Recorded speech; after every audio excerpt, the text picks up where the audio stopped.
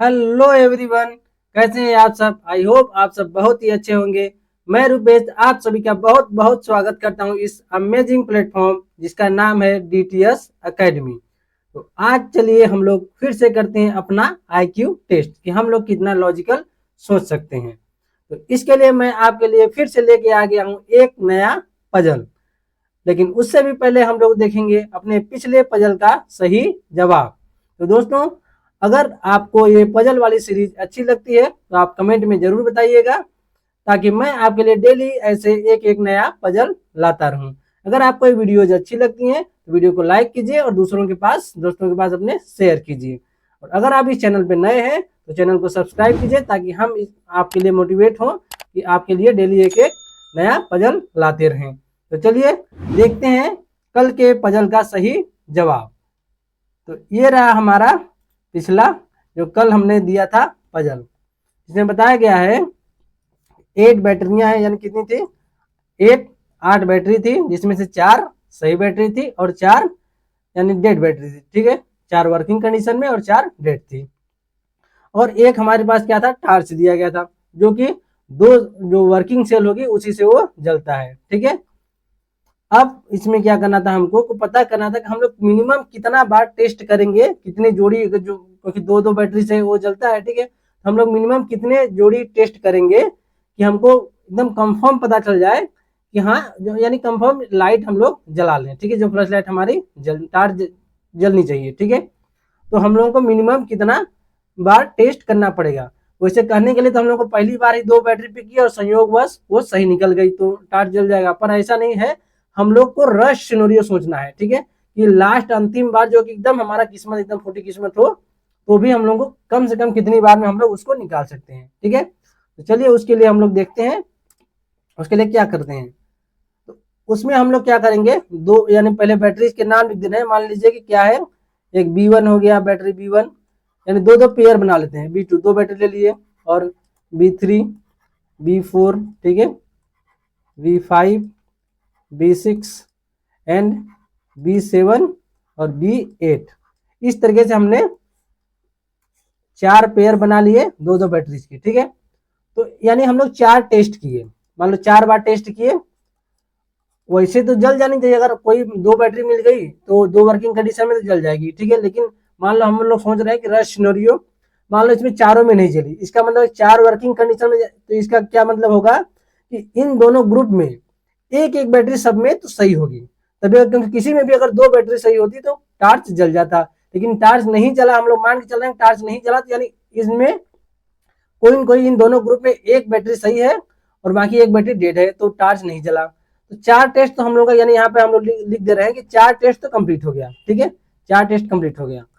अब दूसरी बार हम क्या करते हैं, ये दोनों पिक कर लेंगे। ठीक है, 2 जोड़ी हम लोग पिक करेंगे कि एक ही बार हम लोगों को टार्च जलाना है। हम लोग को ये नहीं फाइंड आउट नहीं करना है कि कितने कौन कौन सी बैटरी सही है, हमको बस एक बार टार्च जलाना है। अब क्या करते हैं, मान लो हम लोग एक बार के लिए जैसे सोचेंगे, चलो हो सकता है इसमें से B1 सही हो, इसमें से B3 सही हो, लेकिन अगर दोनों सही होंगे तो जल जाएगी।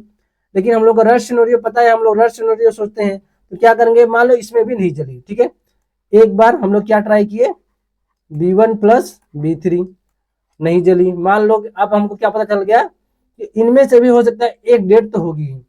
अगली बार क्या ट्राई किया, B1 के साथ B4 कर लिए। ठीक है, हो सकता है हमने सोचा कि अगर ये हो सकता है B3 गलत हो, डेड हो, और B1 हम लोग सही मान के पहले चल रहे हैं, तो हो सकता है तब इसमें इस ग्रुप में B4 सही हो। लेकिन संयोग क्या हुआ कि मान लीजिए कि B4 भी इससे भी नहीं चला। क्यों, क्योंकि हो सकता है जो B1 ही डेड था। ठीक है, मान लीजिए ये भी लेके चलेंगे B1 ही मान लो, तब इससे पता चल गया कि B1 ही क्या है, डेड है।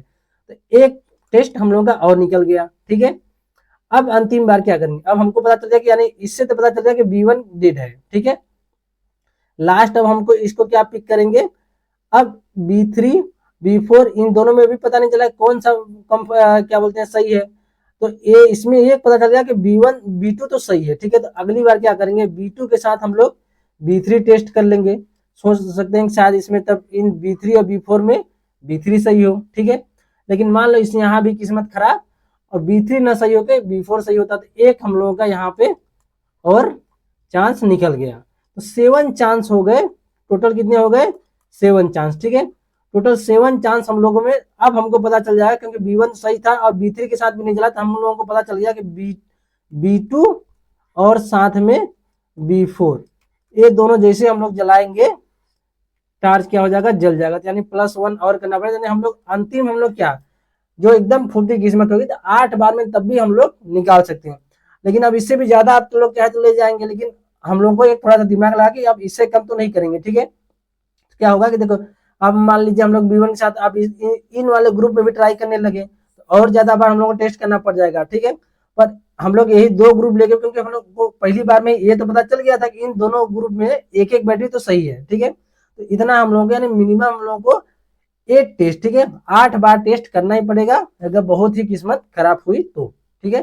तो चलिए अब आपका जो इंतजार होगा आपको आज के नए पजल की, ठीक है। तो देखते हैं आज का नया पजल। ये दिया गया है, एक कमरे में क्या है, 3 स्विच है, ठीक है।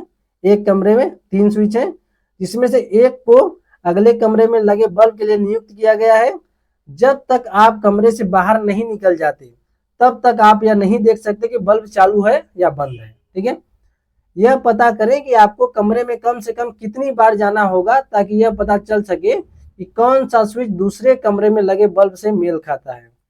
इंग्लिश में भी पढ़ दे रहा हूं। There are 3 switches in a room where one of them is assigned for a bulb in the next room, ठीक है। You can see whatever the bulb is on or off, ठीक है, leave on or off until you leave the room. Find the minimum number of times you have to go into the room to identify which switch correspond to the bulb in the other room. यानी कहने का sense है कि हमारे एक room, मान लीजिए एक रूम है, जिस रूम में मान लो हम अभी हम बैठे हैं, ठीक है, उसमें 3 स्विच दिया गया है और उसका एक कनेक्शन, जो अगर अपने पिछला वाला समझ लीजिए कि एक दूसरा रूम है उसमें एक बल्ब लगा है, उसका स्विच, ये जो 3 स्विच है उसमें से कोई एक स्विच है, ठीक है। अब हमको फाइंड आउट करना है, क्योंकि हम लोग एक बल्ब यहाँ पे अगर स्विच ऑन करेंगे फिर जाके देखना पड़ेगा, तो हम लोग को कितनी बार आना जाना पड़ेगा ताकि हम लोग को इसमें 3 में से पता कर सके कि कौन सा एक्चुअल में वो स्विच, उस बल्ब का एक्चुअल में कौन सा स्विच है, ठीक है। तो आप थोड़ा सा इसके लिए दिमाग लगाइए और इसका जवाब आप कमेंट बॉक्स में बताइए। मैं इसका जवाब आपको अगली वीडियो में, जो कि जिसमें एक नया पजल भी होता है, आपको पता ही होगा, तो उस वीडियो में मैं इस पजल का आपको सही जवाब बताएंगे, ठीक है। तो चलिए मिलते हैं अपने नेक्स्ट पजल में। अगर आपको ये वीडियो अच्छी लगी तो वीडियो को लाइक कीजिए और दोस्तों के पास शेयर कीजिए। और अगर आप अभी इस चैनल पे नए हैं और अभी तक आपने इस चैनल को सब्सक्राइब नहीं किया है तो चैनल को सब्सक्राइब करके बेल आइकन को ऑल पे प्रेस कर लीजिए, लेकिन जब भी इस कैटेगरी के मैं आपको इस चैनल पे जो भी कोई नया वीडियो डालूं तो आपको इसका नोटिफिकेशन सबसे पहले मिले। चलिए मिलते हैं नेक्स्ट पजल में। Thank you.